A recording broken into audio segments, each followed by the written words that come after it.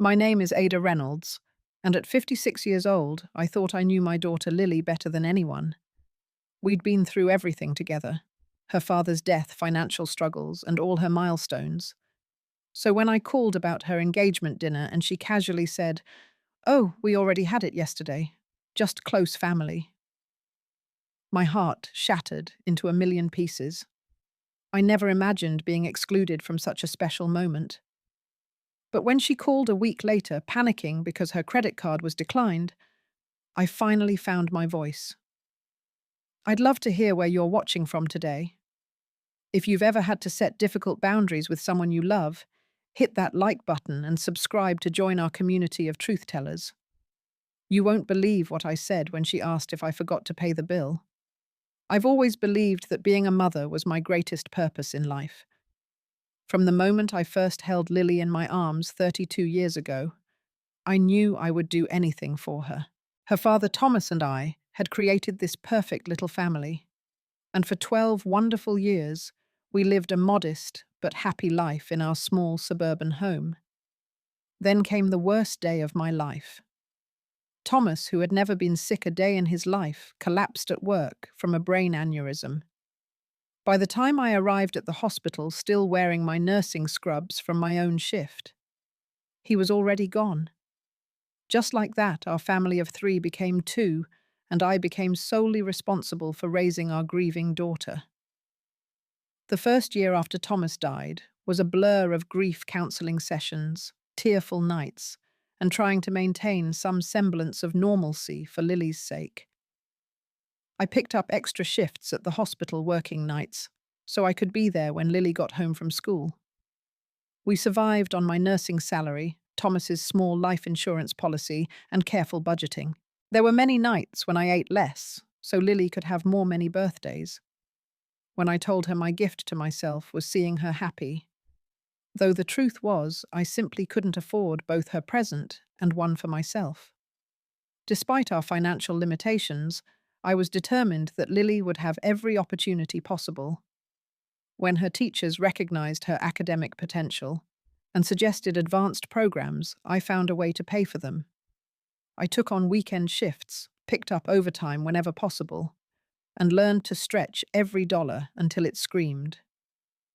Mom Katie's parents are taking her to Europe this summer, Lily mentioned casually one evening when she was 15. My heart sank knowing I couldn't provide such luxuries, but I smiled and asked her to tell me more about what interested her about the trip. That night, I researched scholarship opportunities for high school summer programs abroad and helped Lily apply for one.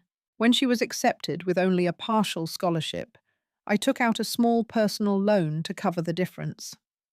Seeing her face when I told her she was going to Spain that summer made every sacrifice worthwhile.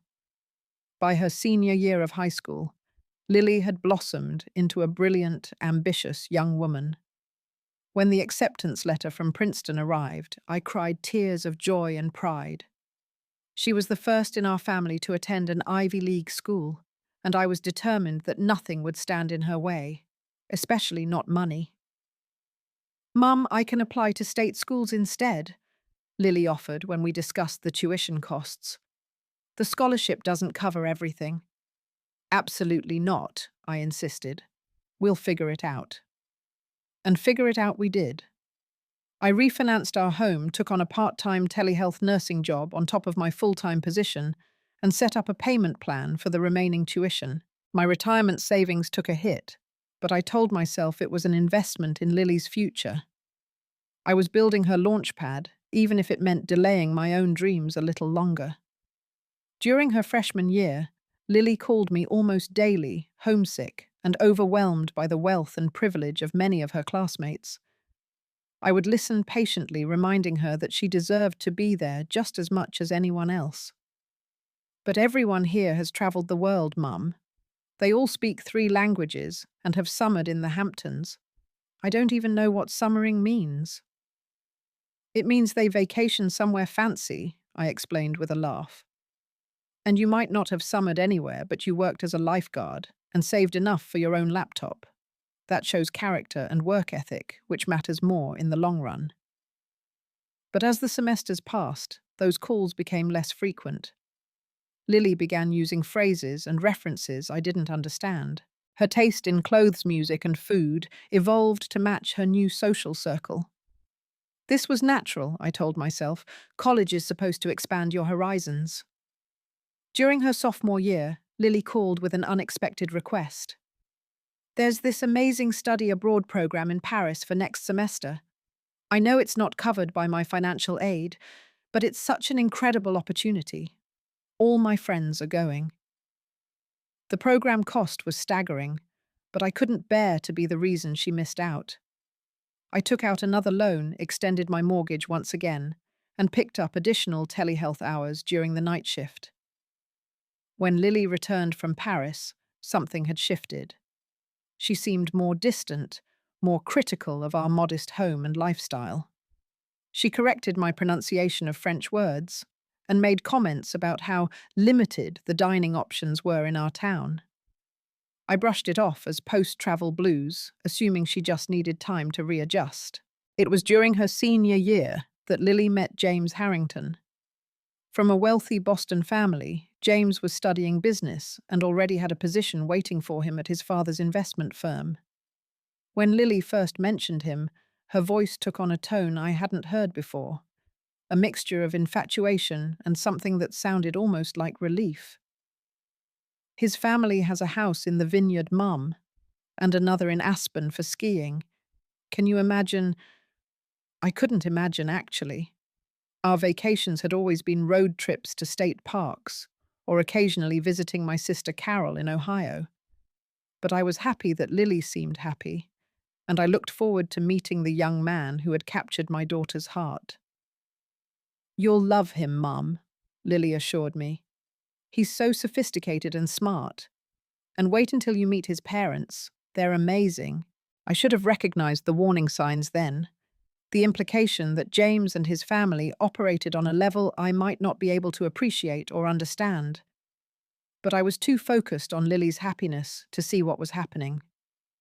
My little girl, who once clung to me during thunderstorms and begged me to check under the bed for monsters, was slipping away into a world I had sacrificed everything to give her access to, but a world where increasingly there seemed to be no place for me.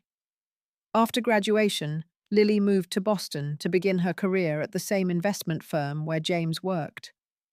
I helped her pack, struggling to fit her expanded college wardrobe into the car. Her clothes now carried designer labels I recognized from magazines, but had never seen in my own closet. "Maybe we should just ship some of this," I suggested, trying to close an overstuffed suitcase. "No, I need these for work," Lily insisted. First impressions are everything in finance. The apartment she and two friends had rented was in an upscale neighborhood, the monthly rent nearly as much as my mortgage payment. When I expressed concern about the cost, Lily waved it away. "It's an investment in my career, Mum. Location matters in Boston." I nodded, not wanting to dampen her excitement, though privately I worried about how she would manage these expenses on an entry-level salary. What I didn't know then was that she was counting on my continued financial support to bridge the gap between her income and her new lifestyle.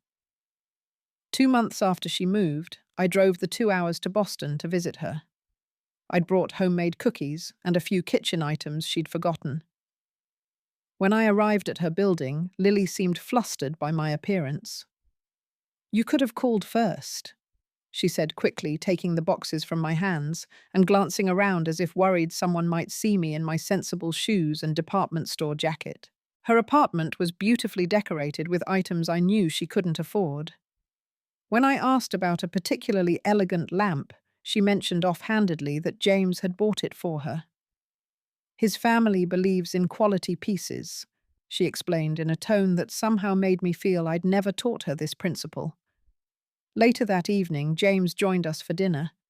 He was handsome in a polished way, with perfectly styled hair, and a watch that probably cost more than my car. He was polite, asking about my nursing career with the practiced interest of someone making small talk. "Nursing must be so grounding," he commented. "Lily says you've been at the same hospital for 20 years?" 23, I corrected. I believe in loyalty and building expertise. How quaint, he replied with a smile that didn't reach his eyes. In finance, we tend to move around to maximize growth potential.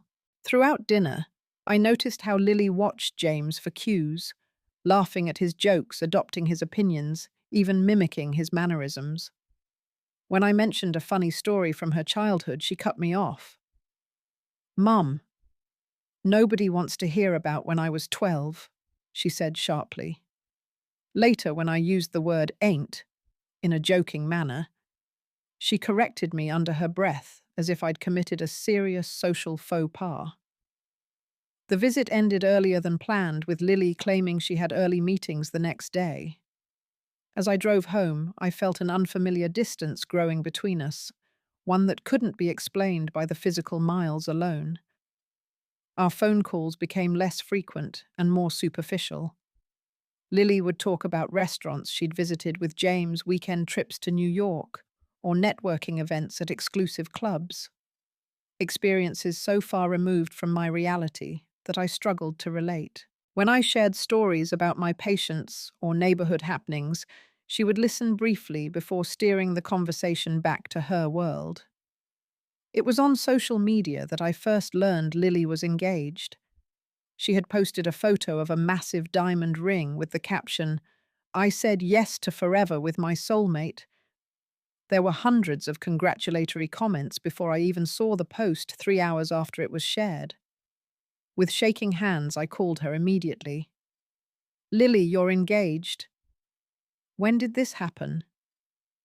"Oh." She sounded surprised, as if she hadn't thought to call me directly with such news. "Yeah, last night. I thought I told you James was planning to propose soon." She hadn't. "I'm so happy for you, sweetheart." I managed, swallowing my hurt. "Tell me everything." She described an elaborate proposal at an exclusive restaurant, with a photographer hidden nearby to capture the moment. James had apparently been planning it for months, coordinating with his mother to ensure everything was perfect. His mum helped pick out the ring, Lily mentioned. She has amazing taste. I wondered why I hadn't been included in any of these preparations, but pushed the thought aside. "I can't wait to help with the wedding plans," I offered. "I've been saving a little each month since you graduated, thinking someday this moment would come." "That's sweet, Mum," Lily replied, her tone slightly patronizing. "But James's parents have connections with all the best vendors in Boston. His mum is already talking to her friend who plans society weddings." Despite this gentle rebuff, I continued to offer help and suggestions in the weeks that followed.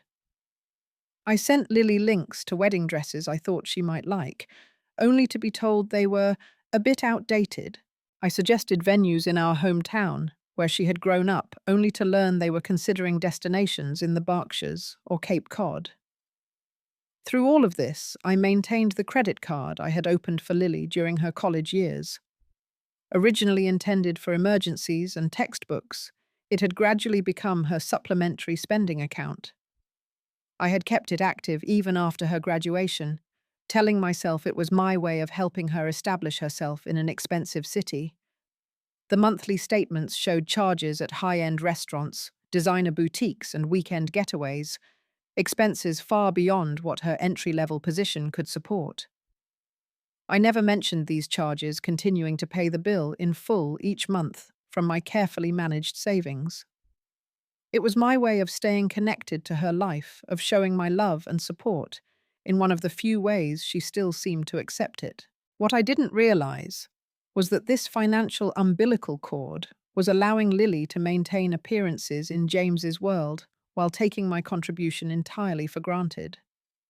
The credit card had become a symbol of our changing relationship, me giving silently and unconditionally, Lily taking without acknowledgement or gratitude.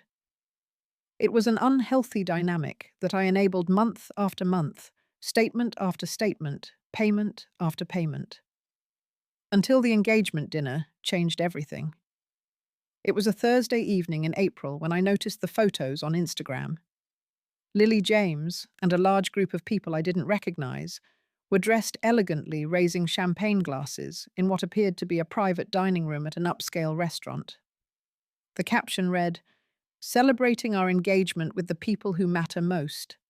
Hashtag blessed, family first." My heart began to race as I scrolled through more photos. There was James's mother, Susan, in a designer dress, his father, William, raising a toast, various relatives and friends all celebrating. But no sign of me, not even a mention. With trembling fingers, I called Lily. Perhaps there had been a misunderstanding. Maybe this was a party with James's side, and another celebration with me was planned. "Hi, Mum," Lily answered, sounding slightly annoyed at the interruption. "I just saw the photos of what looks like an engagement celebration," I said, trying to keep my voice steady. "I was wondering what time our dinner is scheduled. I'll need to request time off work." There was a pause. Then Lily's casual response hit me like a physical blow. "Oh, we already had it yesterday. Just close family." Just close family. The words echoed in my mind. Just close family and I, her only living parent, the woman who had raised her alone for 20 years, who had worked multiple jobs to put her through college, wasn't included in that category. "I see." I managed my throat tight with unshed tears. I didn't realize I wasn't considered close family. Lily sighed as if I was being unnecessarily difficult. "Don't make this a big deal, Mum. It was just a small thing that James's parents arranged. Very last minute." The photos showing at least 30 people contradicted this claim, but I didn't point that out. "Will I be included in the wedding planning?" I asked directly, no longer willing to dance around the issue. "Of course," Lily replied, though her tone lacked conviction.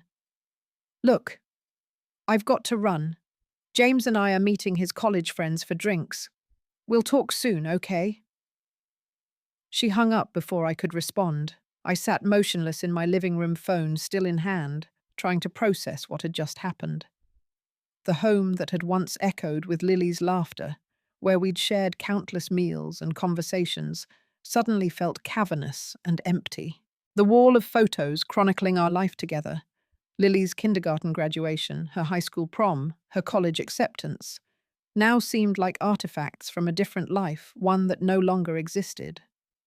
That night, sleep eluded me. I lay awake, replaying years of memories, searching for the moment when I had become expendable to my daughter.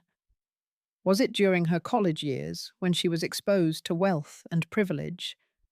Was it when she met James and glimpsed a different kind of life? Or had it been a gradual erosion so subtle I hadn't noticed until the foundation had completely crumbled? By morning, my sadness had crystallized into something sharper. I scrolled through my banking app, looking at the credit card statements for the past 6 months. Restaurants, clothing stores, weekend trips with James. Thousands of dollars spent with no acknowledgement, no gratitude. Just an expectation that Mum would handle it as always. I called my sister Carol, needing a sympathetic ear. "She did what?" Carol exclaimed when I told her about the engagement dinner. "That's not just rude, Ada. That's cruel. After everything you've done for her." "I feel like I don't know who she is anymore," I admitted. "The Lily I raised would never have been so thoughtless." "It's that fiancé and his family," Carol said firmly. "They're influencing her, making her think she's too good for her roots. And honey, you're enabling it by bankrolling this fantasy life she's created." "What do you mean?" "That credit card for starters. Why are you still paying for her shopping sprees when she's a college graduate with a job? She's using you, Ada. And from what you've told me, she's not even being nice about it." Carol's words stung because they contained truth I'd been avoiding.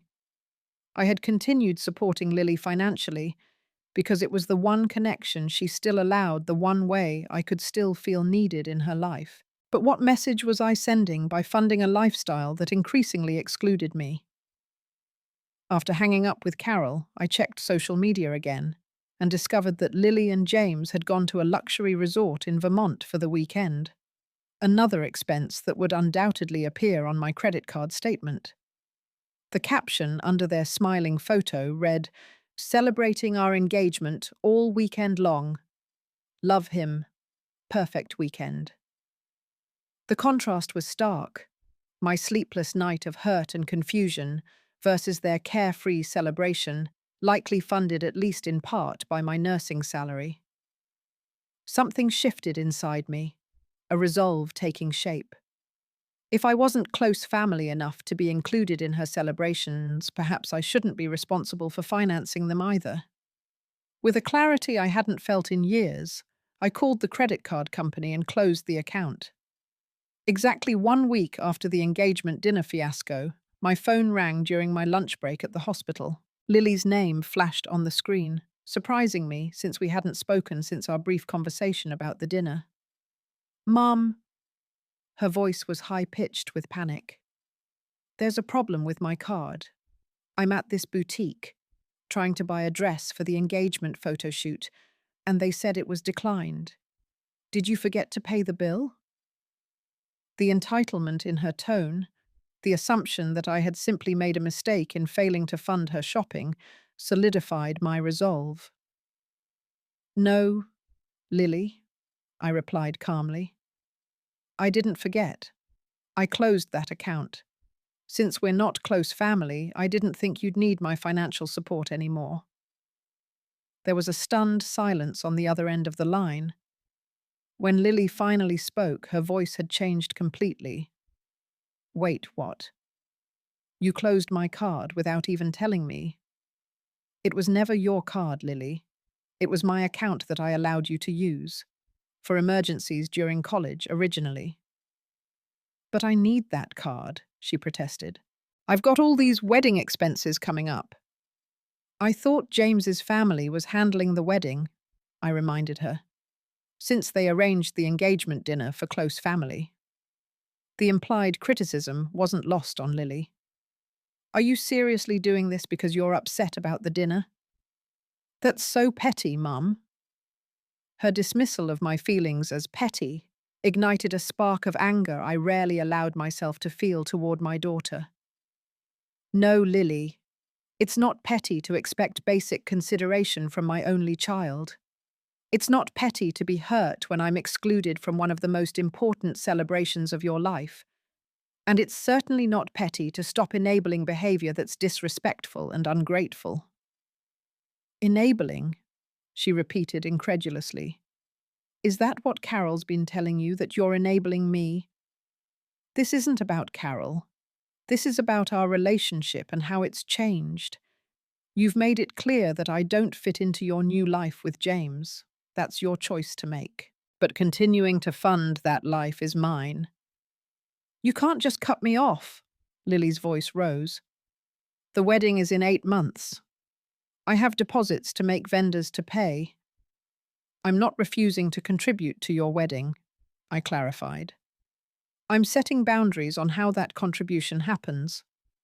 We can discuss a specific amount I'll give you toward the wedding costs.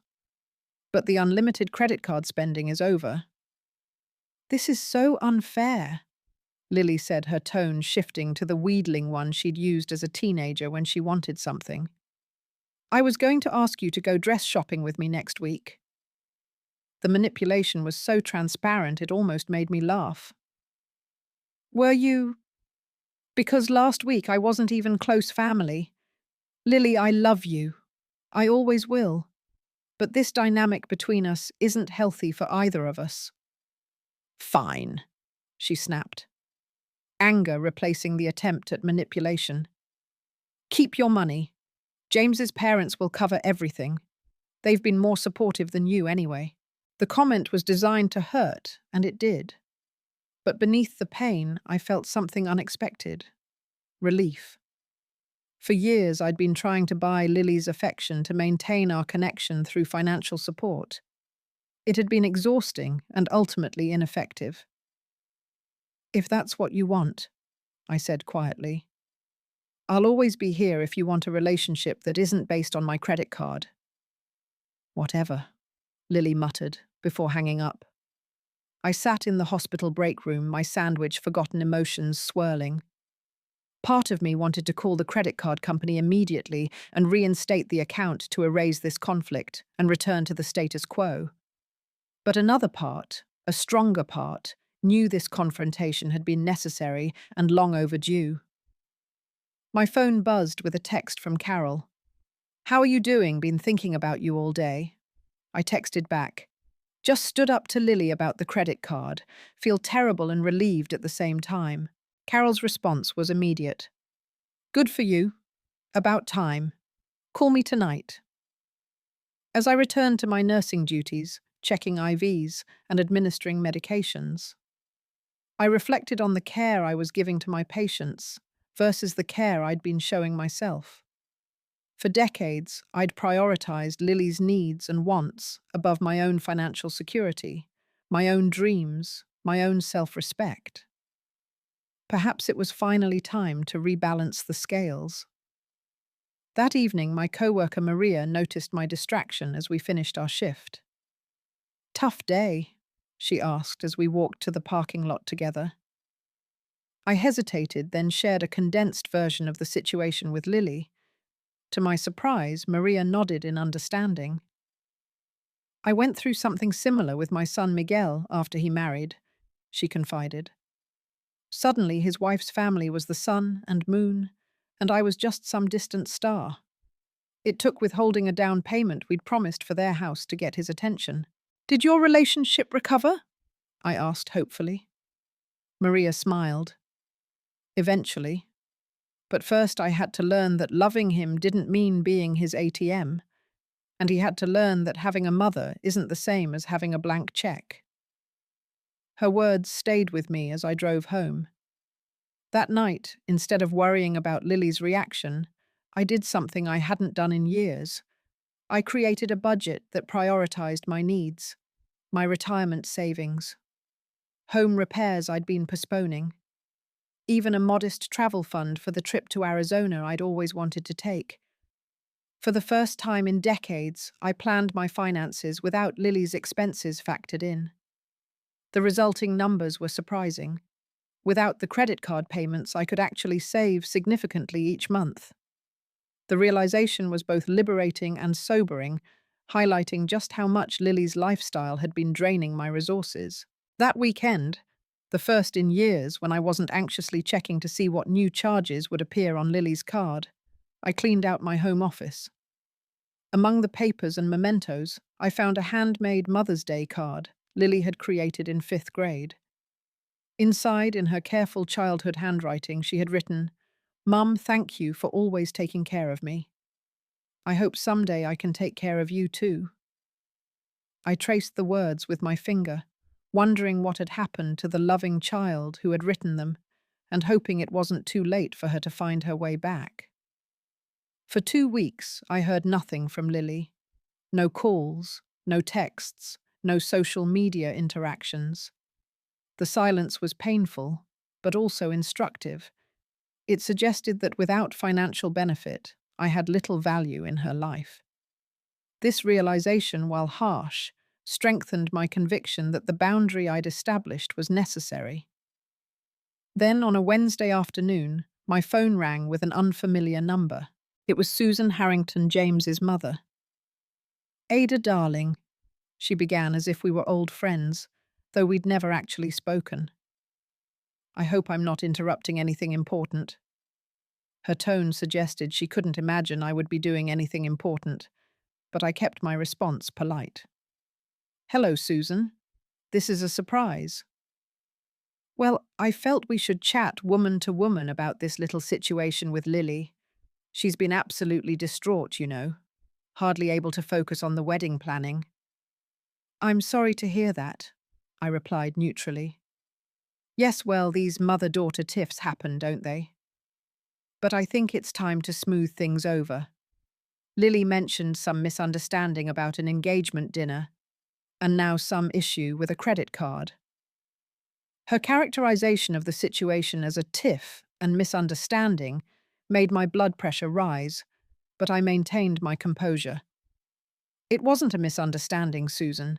Lily deliberately excluded me from her engagement celebration and has been increasingly dismissive of our relationship.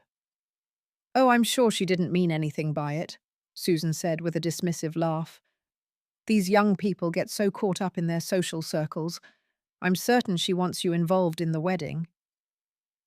Actually, she told me her exact words were that the dinner was for close family, which apparently doesn't include me.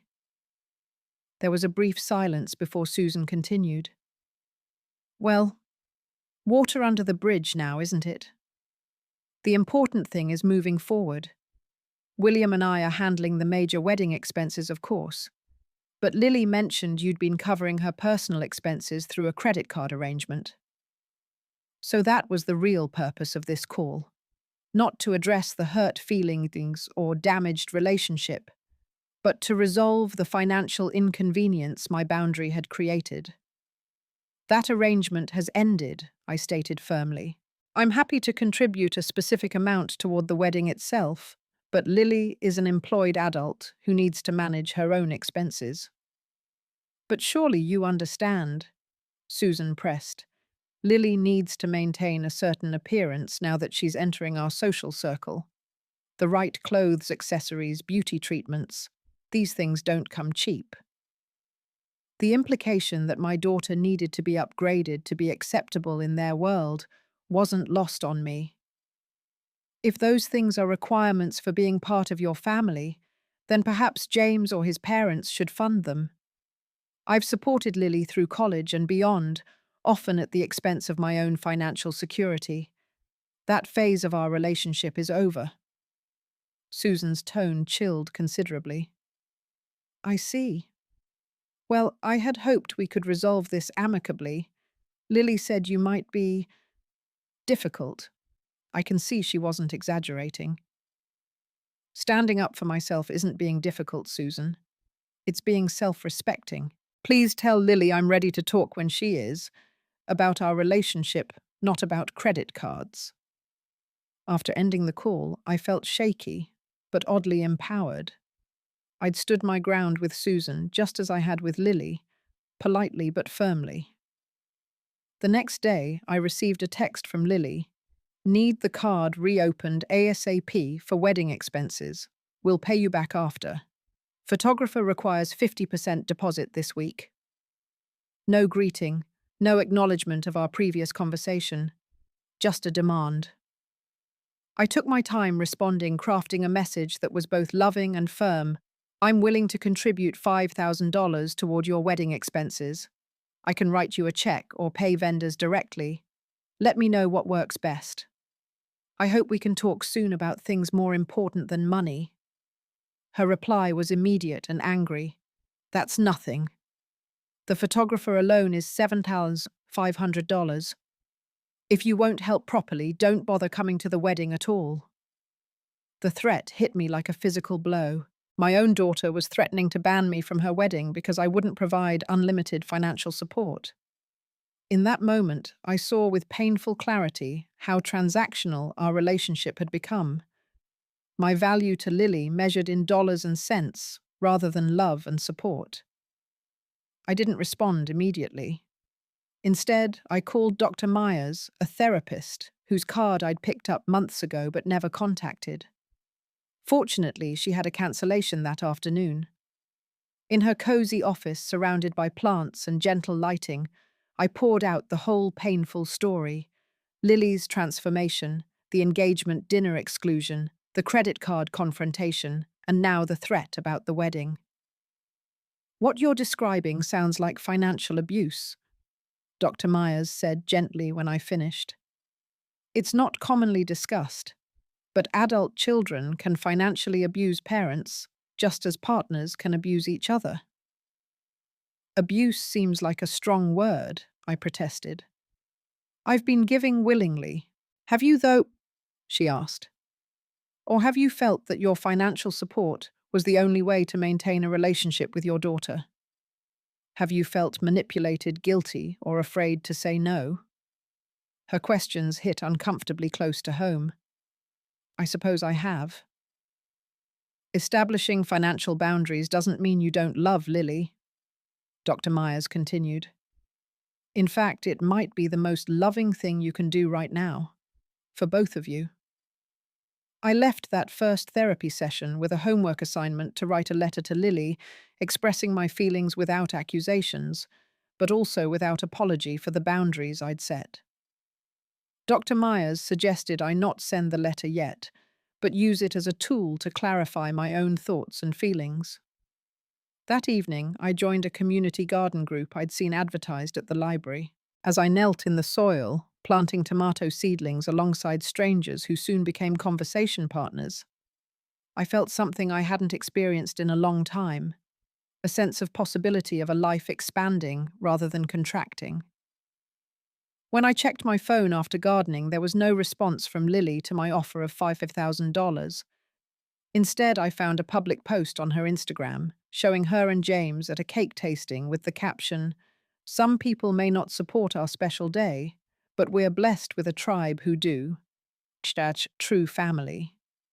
The public attempt to shame me stung, but also reinforced that I was making the right decision. The daughter I'd raised would never have used social media to punish her mother. This version of Lily, influenced by James, his family, and the lifestyle they represented, was someone I hardly recognized. As the weeks passed, I continued seeing Dr. Boyd. Myers joined an art class I'd always been curious about, and reconnected with friends I'd neglected while focusing so intensely on Lily. I sold some jewelry I rarely wore, and used the money to book a long weekend in Arizona, the trip I'd been postponing for years. I began researching retirement options and meeting with a financial advisor to create a plan that would secure my future. Slowly, I was rebuilding a life that didn't revolve around being Lily's financial supporter. It was terrifying and exhilarating in equal measure. 3 months after our confrontation about the credit card, I received a heavy cream-colored envelope in the mail. Inside was a formal invitation to Lily and James's wedding scheduled for November at a luxury resort in the Berkshires. Tucked into the invitation was a handwritten note from Lily. "Mum, I know things have been difficult between us. I miss you. Can we talk coffee next Saturday? Lily." The note was brief, but represented the first acknowledgement from Lily that our relationship mattered to her beyond financial support. I texted her to accept the coffee invitation, keeping my response warm, but not overly eager. We met at a small cafe, halfway between our homes. Lily arrived looking thinner than when I'd last seen her, with dark circles under her eyes, partially concealed by makeup. "You look tired, sweetheart," I said as we sat down with our drinks. "Wedding planning is stressful," she replied with a weak smile, "especially when you're trying to please everyone." "That's impossible, you know," I said gently. "You can't please everyone." Lily stirred her coffee, avoiding my eyes. "I've learned that the hard way." We made small talk for a few minutes, about her job, my garden group, the unusually warm weather. Then Lily took a deep breath. "I owe you an apology, Mum, for the engagement dinner, for how I've been treating you, for a lot of things, really." I waited, giving her space to continue. "After you closed the credit card, James and I had our first big fight. He couldn't understand why I was upset about a little financial hiccup, as he called it. He said his parents would cover whatever I needed. But that wasn't the point." "What was the point?" I asked. "That I'd hurt you, that I'd been taking you for granted, and that losing your support, not just financial but emotional, made me realize how much I still need my mum." Her eyes filled with tears. "James doesn't get it. His relationship with his parents is so different. They give him money, but they're not warm, not like you." I reached across the table to take her hand. "What happened with the engagement dinner, Lily? I need to understand." She looked down, ashamed. "James's mum arranged it. She invited all their relatives and family friends. When I asked about inviting you, she said it was just for the inner circle and suggested we could do something separate with you later. I should have stood up to her, but I was so focused on impressing them, on fitting in. And James, did he know I was being excluded? Lily nodded. He said I needed to understand how things worked in their world, that there were social protocols I needed to learn. Their world, I repeated. Do you want that to be your world, Lily? I thought I did, she admitted. The luxury, the connections, the prestige. But the last 3 months have been eye-opening. James and I have been fighting constantly about money. He expects me to dress a certain way, socialize with certain people, but doesn't understand that I can't afford it without help. When I suggest more affordable options, he makes these comments about maintaining standards. She took another deep breath. And his parents are always there, always involved, always directing everything, but never warm, never genuinely supportive. They're willing to pay for things, but there are always strings attached. I listened, offering the one thing that James's parents apparently didn't, understanding without judgment. I don't know if I'm making a mistake, Mum, Lily whispered. The wedding plans are so advanced. Deposits have been paid. Announcements have been made. But sometimes I look at James and wonder if I even know who he is beneath all the trappings. Those are important questions to ask before marriage, not after, I said carefully. And deposits can be lost if necessary, far less costly than a divorce. Lily nodded, wiping away a tear. I know. I'm trying to figure things out. But in the meantime, I wanted to clear the air between us. I miss our relationship. The real one, not the ATM arrangement it had become. The acknowledgement of how our relationship had deteriorated was important. I've missed you too. But Lily, things can't go back to how they were. I love you, but I've realized I haven't been doing you any favors by financially enabling a lifestyle that's ultimately left you dependent and insecure. I know, she agreed quietly. That's part of what I've been thinking about. How different I was before, more confident, more self-sufficient. I used to be proud of putting myself through internships and earning my own spending money. Somewhere along the way, I started measuring my worth by designer labels and exclusive addresses. We talked for over 2 hours, covering painful ground, but also reconnecting in a way we hadn't in years. I maintained my position on the financial boundaries while opening my heart to rebuilding our emotional connection. Lily seemed genuinely remorseful about her behavior and uncertain about her future with James. As we parted, Lily hugged me tightly. Thank you for not giving up on me even when I was awful. I'll never give up on you, I promised. But I'll also never stop expecting you to be the strong, independent woman I raised. Over the following weeks, our communication increased. Lily began calling regularly, not to ask for money, but to talk about her day, her doubts, her gradually shifting perspective. I listened supportively while continuing to focus on my own growth and activities. My offer to contribute $5,000 to the wedding stood, but I was careful not to get pulled into the planning drama.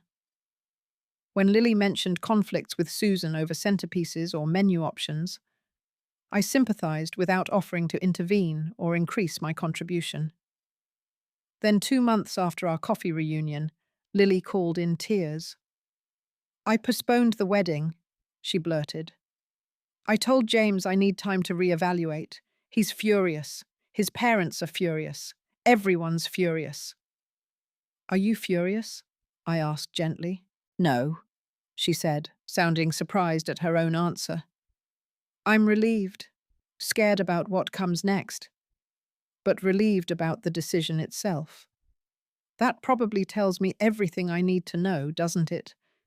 It tells you a lot. I agreed. What can I do to support you right now? Could we have dinner this weekend? She asked hesitantly. Just to talk, not about money or anything, just mother-daughter time. And so began a new chapter in our relationship. Weekly dinners became our tradition, sometimes at my house, sometimes at modest restaurants we both enjoyed. Lily entered therapy herself, working through the insecurities that had made her vulnerable to valuing wealth and status over more meaningful connections. 6 months after our reconciliation, Lily and I were having dinner at my kitchen table, just like in the old days. The air was filled with the aroma of my homemade lasagna, her favorite since childhood. "I broke up with James," she announced, setting down her fork. "Officially, finally, completely." I reached for her hand. "How are you feeling?" "Sad? Relieved? Terrified? Free?" She gave a small laugh. "All of the above." "That's normal," I assured her. "Ending a relationship, especially one that was heading toward marriage, is a major life change." Lily nodded. "My therapist says I've been using relationships as a way to define myself instead of figuring out who I am first. First with you, being the good daughter who needed financial support. Then with James, being the perfect fiancé who fit into his world. I've never just been Lily." The self-awareness in her words made my heart swell with pride. "And who is Lily when you strip away all those roles?" She considered the question thoughtfully. "I'm still figuring that out, but I know she's stronger than I've given her credit for, more capable, more authentic when she's not trying to impress anyone." Over the next few weeks, Lily made significant changes in her life. She left the investment firm where she'd worked alongside James and accepted a position at a smaller company with a mission more aligned with her values. She gave up her expensive apartment and temporarily moved back home with me to save money. Having my adult daughter back under my roof could have easily reverted us to old patterns, but we were both committed to maintaining the healthier dynamic we'd established. We split household expenses proportionally based on our incomes. We respected each other's independence and privacy. We enjoyed each other's company without becoming enmeshed. I continued my own journey of self-discovery and growth. My weekend trip to Arizona had awakened a love for travel I'd never had the opportunity to explore. I joined a seniors travel group and booked a trip to the Grand Canyon. I expanded my garden plot and began selling herb bundles at the local farmers market. I went on several dates with Bill from the garden group, enjoying his company without rushing into anything serious. One evening, as Lily and I were cooking dinner together, she said, "I need to thank you, Mum." "For what?" I asked, dicing tomatoes for the salad. "For cutting me off." She smiled at my surprised expression. "I'm serious. If you hadn't closed that credit card, I might be married to James right now, trapped in a life that looked perfect from the outside but felt empty on the inside. Your no forced me to face reality in a way nothing else could have." "It was the hardest thing I've ever done," I admitted. "Harder than working double shifts or paying college tuition. Standing up to you, risking our relationship. It terrified me." "But you did it anyway," Lily said. "Because you loved me enough to do what was right, not what was easy." She set down her knife and gave me a spontaneous hug. "I want you to know I've started therapy to work on my issues with money and status. And I've opened a savings account. Baby steps toward financial independence." "I'm so proud of you," I told her, meaning it with every fiber of my being. 3 months later, Lily found her own apartment, a modest one she could afford on her new salary without supplementation from me. When she invited me over for her housewarming dinner, I brought a bottle of wine and a small envelope. "What's this?" she asked after we'd eaten. "Open it," I encouraged. Inside was a check for $5,000, the amount I'd originally offered for her wedding. "Mum, I can't accept this," she protested. "I don't need it anymore." "It was always yours," I explained. "I set it aside for your wedding day. The fact that you're not marrying James doesn't change that it was meant for your happiness. Put it toward your future. Whether that's additional education, retirement savings, or just having a financial cushion, it's a gift, not an ongoing obligation. Lily considered the check for a long moment before carefully placing it back in the envelope. Thank you, not just for this, but for teaching me what real love looks like. Not endless giving that enables dependence, but thoughtful support that encourages growth. 1 year after the credit card confrontation that had initially seemed like the end of our relationship, Lily and I celebrated with a weekend trip to a lakeside cabin, a throwback to vacations we'd taken when she was young. As we sat on the dock watching the sunset, I reflected on the journey we'd taken. I never imagined that saying no to you would ultimately bring us closer, I told her. I never imagined I'd thank you for it, she replied with a smile. But here we are. Here we are, I echoed, filled with gratitude for the painful but necessary path we'd traveled. The experience taught me that true family relationships are built on respect, not obligation, on mutual support, not financial dependence, on honesty, not manipulation. Sometimes the greatest act of love is setting a boundary that allows both parties to grow. Sometimes a painful no opens the door to a more authentic yes. If my story resonates with you, I'd love to hear about your experiences with setting boundaries in family relationships. Have you ever had to make a difficult choice for the sake of a healthier relationship? Please share your thoughts in the comments below.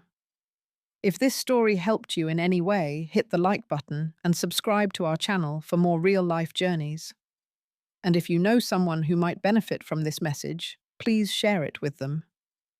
Remember, it's never too late to reclaim your self-worth and transform even the most damaged relationships. Thank you for listening to my story, and may you find the courage to love others authentically while also loving yourself.